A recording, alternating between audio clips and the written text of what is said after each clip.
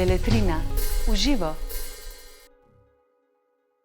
Lepo pozdravljeni ljubiteljice in ljubitelji beletrine, klasične beletrine, klasične knjige, klasičnega branja, klasičnega romana. Pozdravljam vas na klasičen način, podajam vam roko in pred vami razpiram knjigo, čeprav je ne.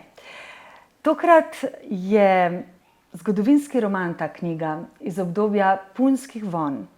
Zgodovinska klasika je, realistična arheofikcija, kakšen zanimiv izraz, zagotovo si ga nisem zmislila sama.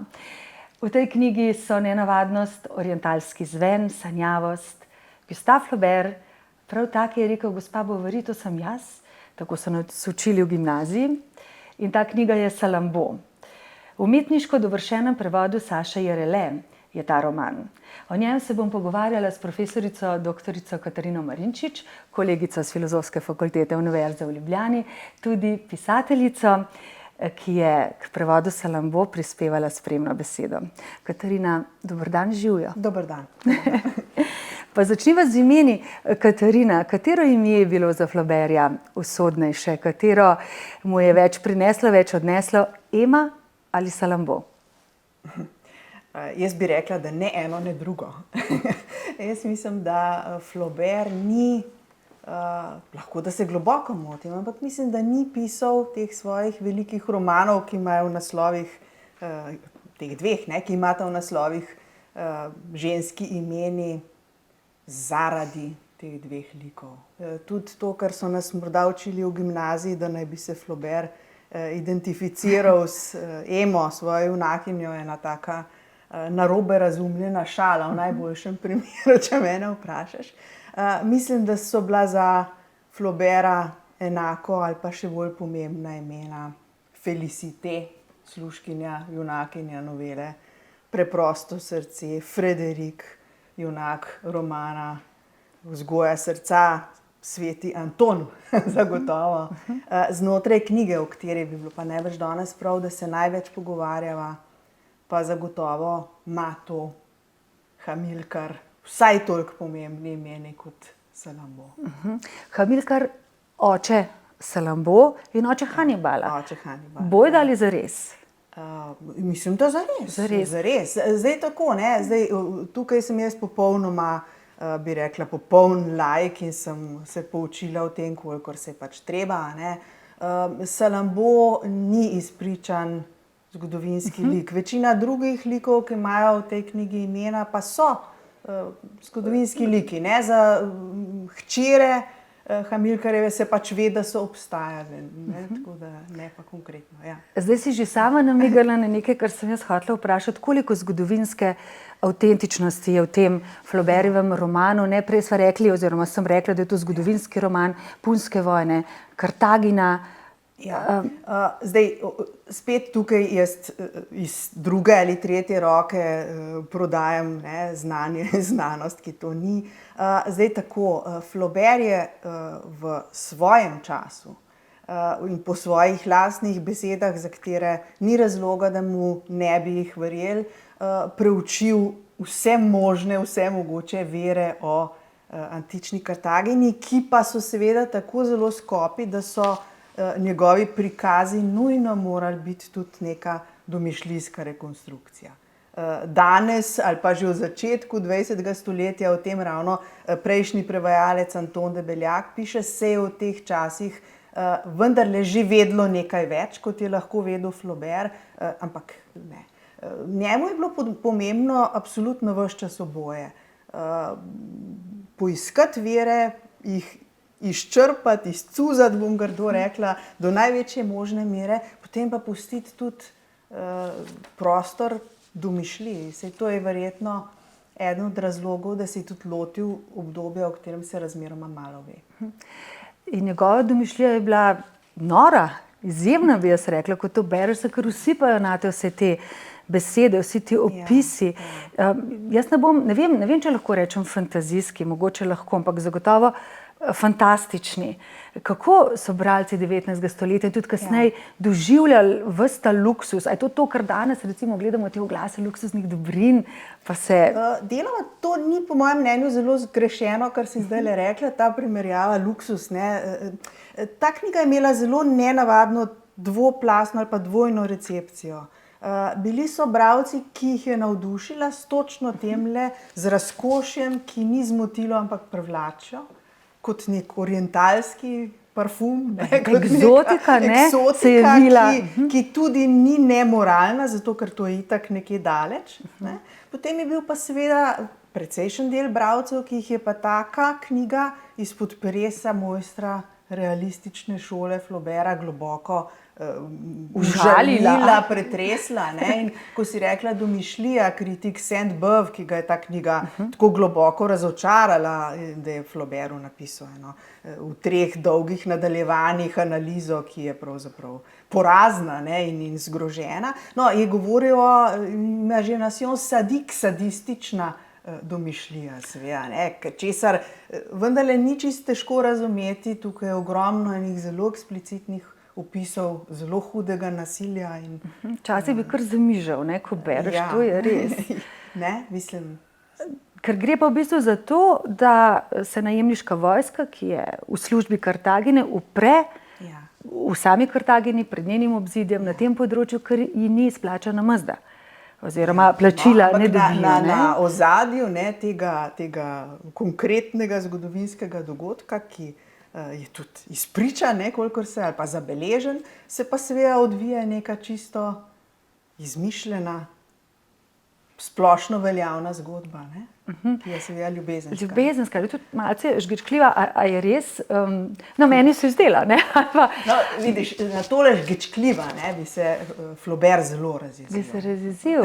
To znako obstaja v tej njegovi polemiki, ki je sicer zelo prijateljska s Sainte-Beuvom, ne? En del, kjer se pa Flaubert vendarle pusti užaliti, čeprav je drugače potrpežljiv pa razlagal, k čem je bistvo njegovega romana. To je tam, kjer Sainte-Beuve v svoji kritiki zapiše, da se Salammbô igračka skačo, ne, pa namiguje, da je to nek tak žgečljiv prizor in tako. In mu Flaubert odgovori, da je tole kvantanje vas pa ni vredno, ne, moj prijatelj, to ni to. Pa je to kvantanje? Med drugim si zapisala tudi v svoji spremni besedi, da je imel Flaubert rad orientalske ženske. Ne pravim, da je imel rad orientalske ženske. Bil je tipičen predstavnik svojega časa v tem, da je videl ženske po različnih tipih, ne. Orientalska ženska, zdaj ne vem, upam, da naj jo ne bo predaleč tole zapeljala, ampak recimo Flaubert je na teh svojih potovanjih, zlasti na prvem v Egipt, pisal seveda veliko tudi o svojih obiskih orientalskih kurtizan, bordelov in tako.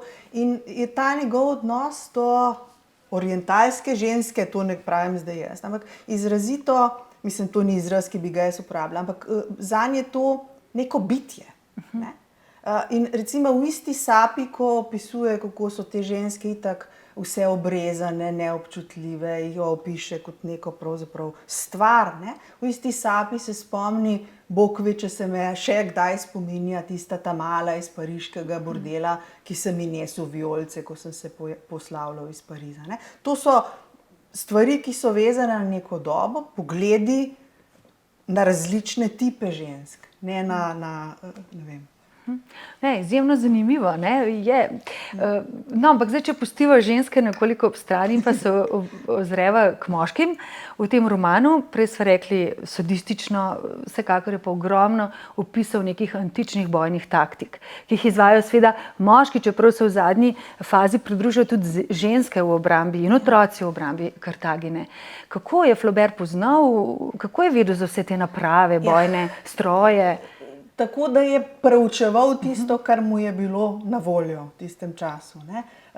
Neka napol anekdotična govori pripoved o tem genezi tega romana, o 8 zabojih študijske literature. Ne? Pa ko mu ponese en vodilni arheolog tistega časa, da ni vsega prebral, se Flaubert srdito brani, da je vse prebral, še več kot ste vi in še v Kartagi nisem bral, za razliko od vas. Ne? Torej, seveda, pretežno, ne? Tukaj spet popolnoma iz druge roke predavam nekaj, kar ni moja stroka, iz Polibija, pa potem iz francoskega zgodovinarja Julesa Micheletja, ki je tudi Polibija gledal pa pripovedoval po svoje, pa ki je tudi bil ljubitelj nasilja, se mu je zdelo to pomembno. Ne? Prej sva govorili o Salambo. Kakšen lik pa je, zdaj pa ne želim druge roke, želim tvoje mnenje, Katarina, kakšen lik je Mato, ali Mato, ta vojskovodja, bojevnik, ljubimec Salambo?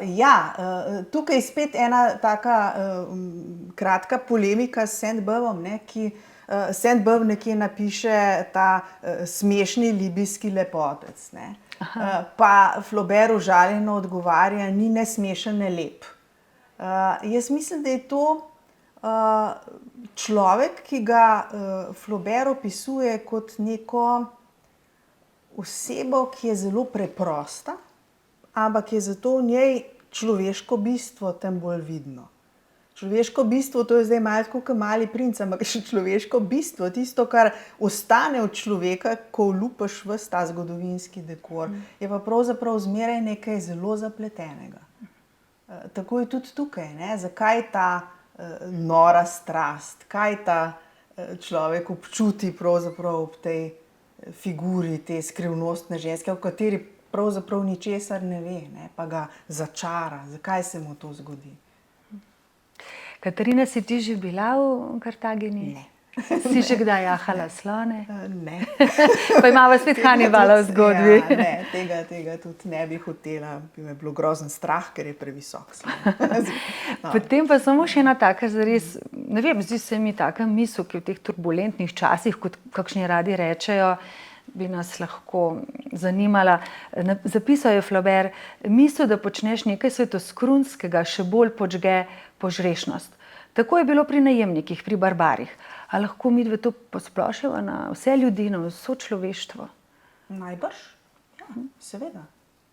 Jaz mislim, da je to, saj tudi Flaubert recimo je ves čas, ne, ko so mu rekli, zakaj je zgodovinski roman, je ves čas razlagal, da je to zanj modern roman.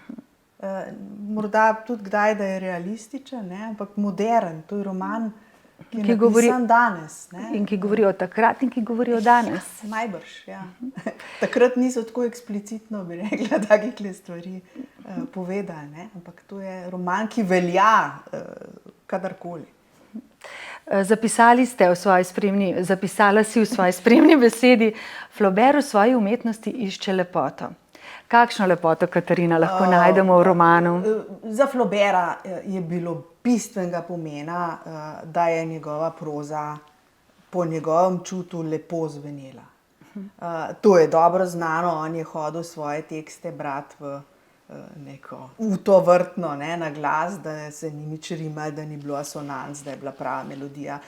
Tukaj, v tem romanu, se pa meni osebno zdi, da je posebej dragocen estetski učinek, ki nastane s kombinacijo tega obilja, ob katerem si ti prej celo pomislila na reklame, ne, na obilje, ki smo ga deležni danes.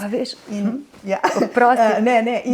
skrajno v resnici disciplinirane izbire besed, kratkih stavkov, nobene plehmuske, nobene pompoznosti. To je povedan, kot da ni nič, pa vendar je povedan tako, da ti zapiraš oči, ko bereš, ker je prehuda. Ne?